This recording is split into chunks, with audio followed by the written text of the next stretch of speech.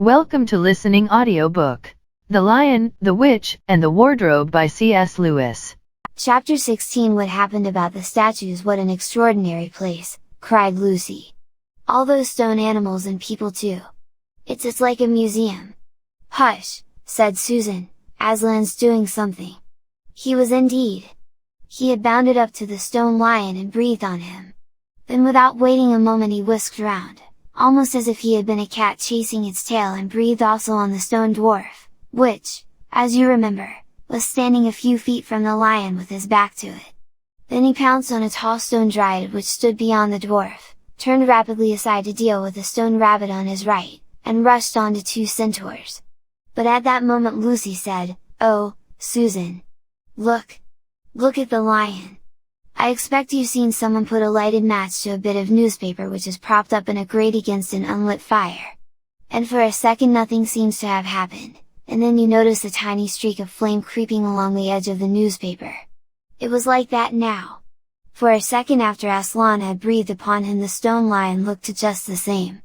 Then a tiny streak of gold began to run along his white marble back, then it spread, then the color seemed to lick all over him as a flame licks all over a bit of paper, then, while his hind quarters were still obviously stone, the lion shook his mane and all the heavy, stone folds rippled into living hair. Then he opened a great red mouth, warm and living, and gave a prodigious yawn. And now his hind legs had come to life. He lifted one of them and scratched himself.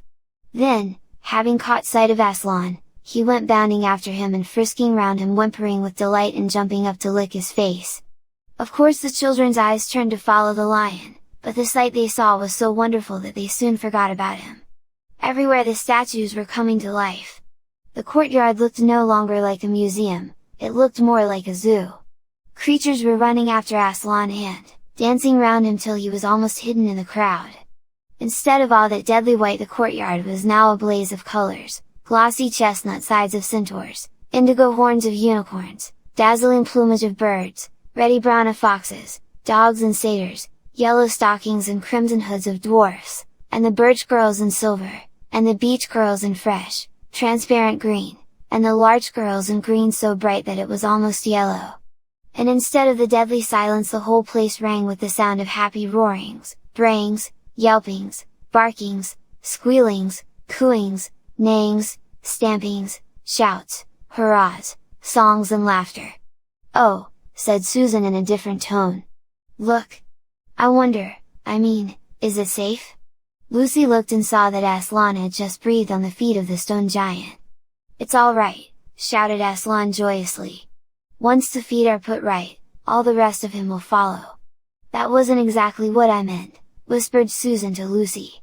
But it was too late to do anything about it now, even if Aslan would have listened to her. The change was already creeping up the giant's legs. Now he was moving his feet. A moment later he lifted his club off his shoulder, rubbed his eyes and said, "Bless me! I must have been asleep! Now, where is that dratted little witch that was running about on the ground? Somewhere just by my feet it was!"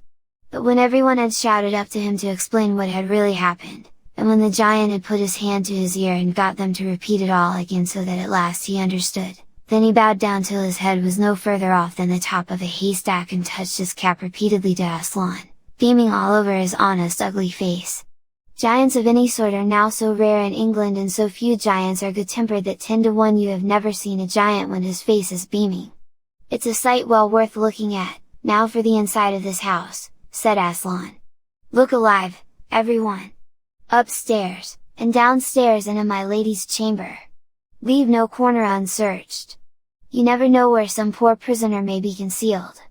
And into the interior they all rushed, and for several minutes the whole of that dark, horrible, fussy old castle echoed with the opening of windows and with everyone's voices crying out at once, "Don't forget the dungeons, give us a hand with this door! Here's another little winding stair, oh! I say! Here's a poor kangaroo! Call Aslan! Phew! How it smells in here! Look out for trapdoors, up here! There are a whole lot more on the landing!" But the best of all was when Lucy came rushing upstairs shouting out, "Aslan! Aslan!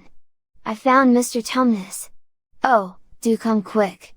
A moment later Lucy and the little fawn were holding each other by both hands and dancing round and round for joy. The little chap was none the worse for having been a statue and was of course very interested in all she had to tell him. But at last the ransacking of the witch's fortress was ended. The whole castle stood empty with every door and window open and the light and the sweet spring air flooding into all the dark and evil places which needed them so badly. The whole crowd of liberated statues surged back into the courtyard. And it was then that someone, Tumnus, I think, first said, "But how are we going to get out?" For Aslan had got him by a jump and the gates were still locked.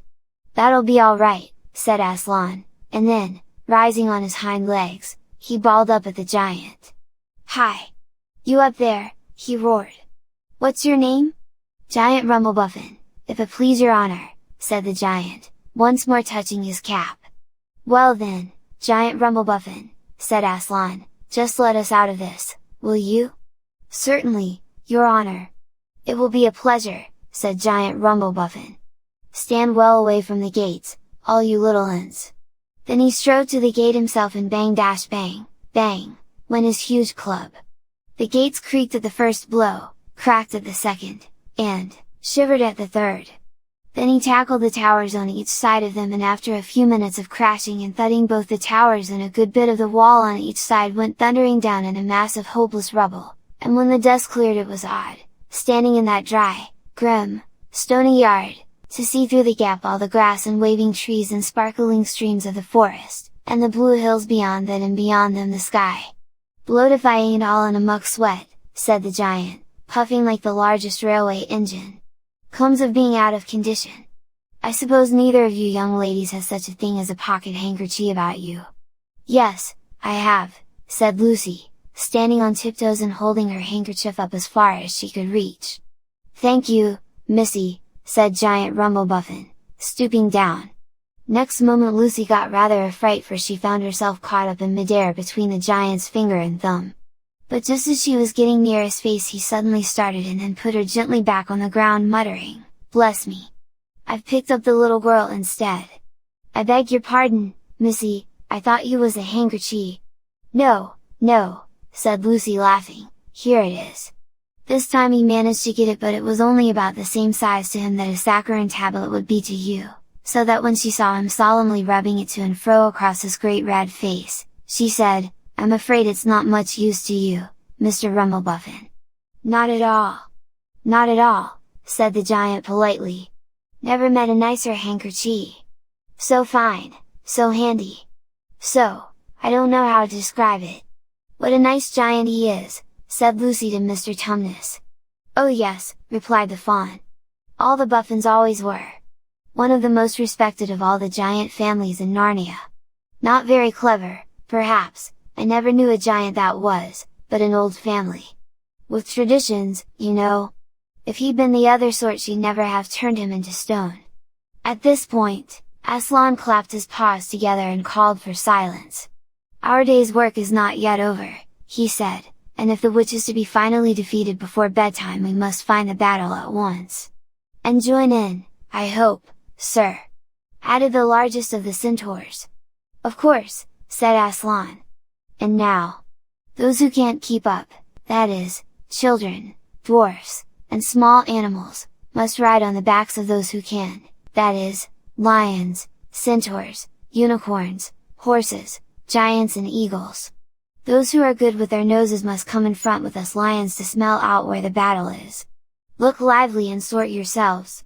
And with a great deal of bustle and cheering they did.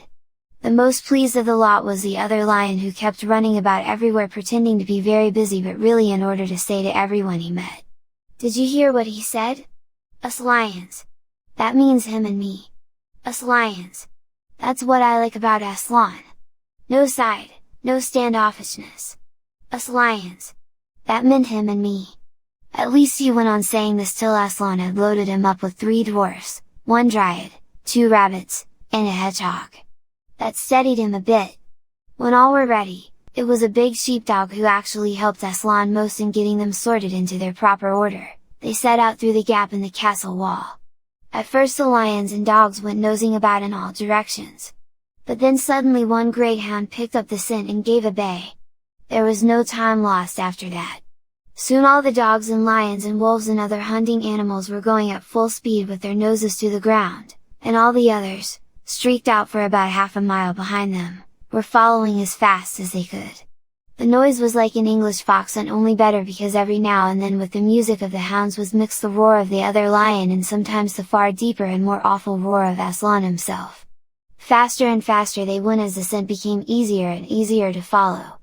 And then, just as they came to the last curve in a narrow, winding valley, Lucy heard above all these noises another noise, a different one, which gave her a queer feeling inside. It was a noise of shouts and shrieks and of the clashing of metal against metal. Then they came out of the narrow valley, and at once she saw the reason. There stood Peter and Edmund and all the rest of Aslan's army fighting desperately against a crowd of horrible creatures whom she had seen last night, only now, in the daylight, they looked even stranger and more evil and more deformed. There also seemed to be far more of them. Peter's army, which had their backs to her, looked terribly few. And there were statues dotted all over the battlefield, so apparently the witch had been using her wand. But she did not seem to be using it now. She was fighting with her stone knife. It was Peter she was fighting, both of them going at it so hard that Lucy could hardly make out what was happening. She only saw the stone knife and Peter's sword flashing so quickly that they looked like 3 knives and 3 swords. That pair were in the center. On each side the line stretched out. Horrible things were happening wherever she looked. "Off my back, children!" shouted Aslan. And they both tumbled off. Then with a roar that shook all Narnia from the western lamppost to the shores of the eastern sea, the great beast flung himself upon the White Witch. Lucy saw her face lifted towards him for 1 second with an expression of terror and amazement. Then lion and witch had rolled over together, but with the witch underneath, and at the same moment all warlike creatures whom Aslan had led from the witch's house rushed madly on the enemy lions, dwarfs with their battle axes, dogs with teeth, the giant with his club, and his feet also crushed dozens of the foe, unicorns with their horns, centaurs with swords and hoofs. And Peter's tired army cheered, and the newcomers roared, and the enemy squealed and gibbered, till the wood re-echoed with the din of that onset. Chapter 17 The Hunting of the White Stag. The battle was all over a few minutes after their arrival. Most of the enemy had been killed in the first charge of Aslan and his companions, and when those who were still living saw that the witch was dead, they either gave themselves up or took to flight. The next thing that Lucy knew was that Peter and Aslan were shaking hands. It was strange to her to see Peter looking as he looked now. His face was so pale and stern, and he seemed so much older. "It was all Edmund's doing, Aslan," Peter was saying. "We'd have been beaten if it hadn't been for him. The witch was turning our troops into stone right and left. But nothing would stop him. He fought his way through 3 ogres to where she was just turning one of your leopards into a statue. And when he reached her, he had sense to bring his sword smashing down on her wand instead of trying to go for her directly and simply getting me to statue himself for his pains. That was the mistake all the rest were making. Once her wand was broken, we began to have some chance, if we hadn't lost so many already. He was terribly wounded. We must go and see him." They found Edmund in charge of Mrs. Beaver a little way back from the fighting line. He was covered with blood, his mouth was open, and his face a nasty green color. "Quick, Lucy," said Aslan. And then, almost for the first time, Lucy remembered the precious cordial that had been given her for a Christmas present. Her hands trembled so much that she could hardly undo the stopper, but she managed it in the end and poured a few drops into her brother's mouth. "There are other people wounded," said Aslan while she was still looking eagerly into Edmund's pale face and wondering if the cordial would have any result. "Yes, I know," said Lucy crossly. "Wait a minute. Daughter of Eve," said Aslan in a graver voice, "others also are at the point of death. Must more people die, for Edmund?" "I'm sorry, Aslan," said Lucy, getting up and going with him. And for the next half hour they were busy, she attending to the wounded while he restored those who had been turned into stone. When at last she was free to come back to Edmund, she found him standing on his feet and not only healed of his wounds but looking better than she had seen him look, for ages, in fact ever since his first term at that horrid school, which was where he had begun to go wrong. He had become his real old self again and could look you in the face. And there on the field of battle Aslan made him a knight. "Does he know," whispered Lucy to Susan, "what Aslan did for him?" Does he know what the arrangement with the witch really was? Hush! No! Of course not, said Susan. Oughtn't he to be told? Said Lucy. Oh, surely not, said Susan. It would be too awful for him. Think how you'd feel if you were he. All the same, I think he ought to know, said Lucy. But at that moment they were interrupted. That night they slept where they were. How Aslan provided food for them all I don't know, but somehow or other they found themselves all sitting down on the grass to a fine high tea at about 8 o'clock. Next day they began marching eastward down the side of the great river. And the next day after that, at about tea time, they actually reached the mouth.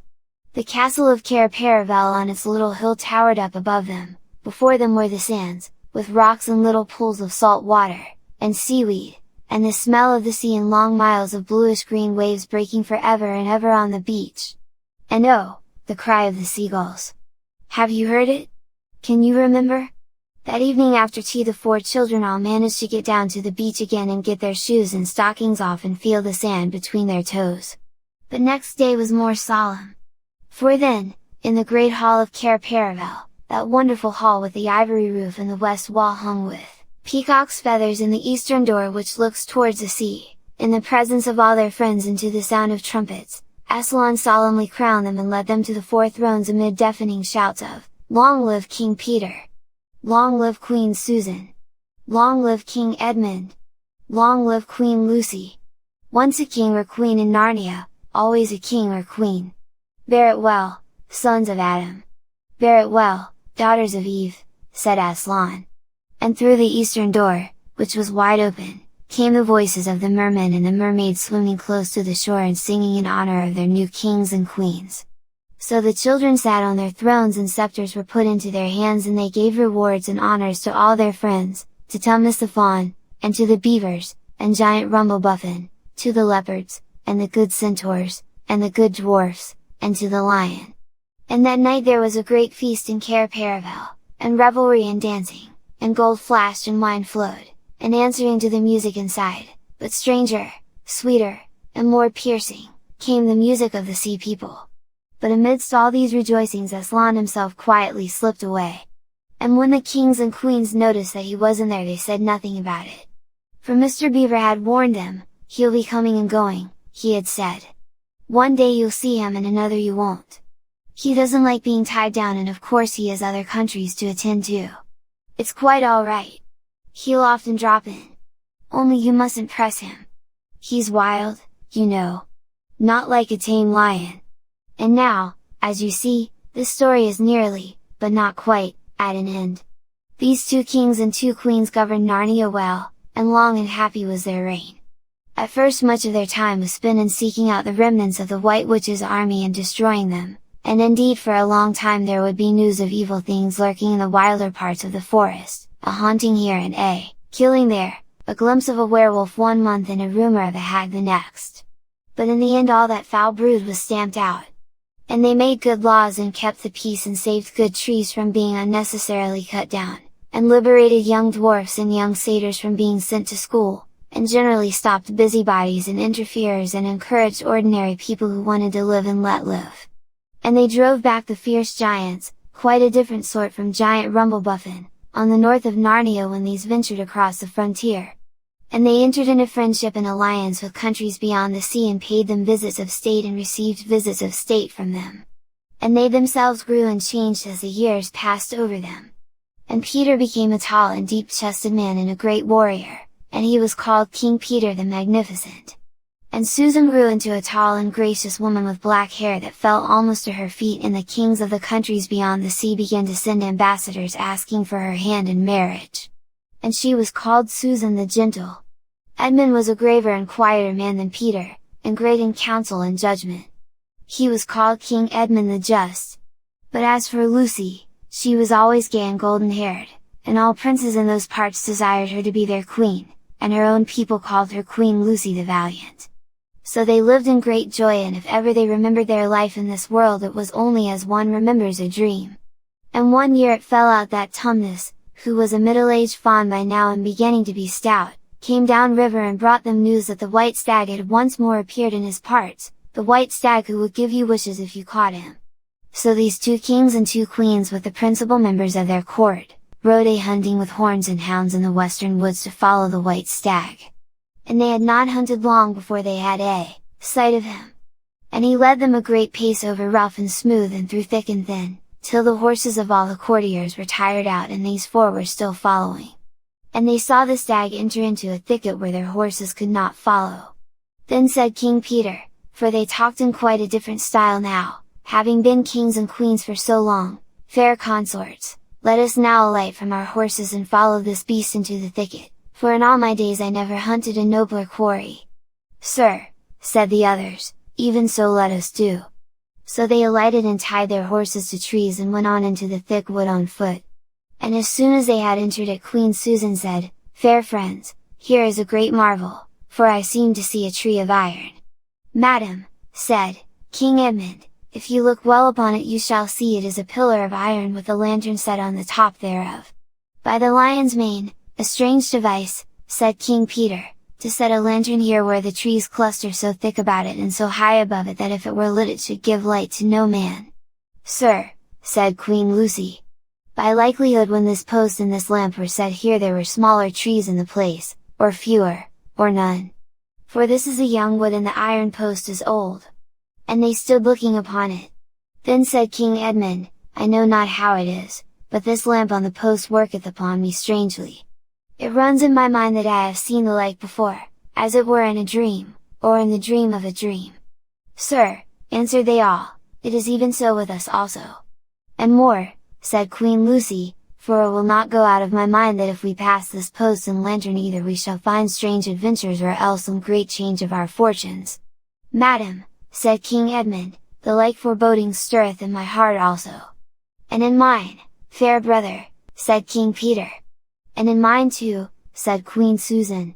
Wherefore by my counsel we shall lightly return to our horses, and follow this white stag no further. Madam, said King Peter, therein I pray thee to have me excused. For never since we 4 were kings and queens in Narnia have we set our hands to any high matter, as battles, quests, feats of arms, acts of justice, and the like, and then given over, but always what we have taken in hand, the same we have achieved. Sister, said Queen Lucy, my royal brother speaks rightly. And it seems to me we should be shamed if for any fearing or foreboding we turned back from following so noble a beast as now we have in chase. And so say I, said King Edmund. And I have such desire to find the signification of this thing that I would not by my good will turn back for the richest jewel in all Narnia and all the islands. Then in the name of Aslan, said Queen Susan, if ye will all have it so, let us go on and take the adventure that shall fall to us.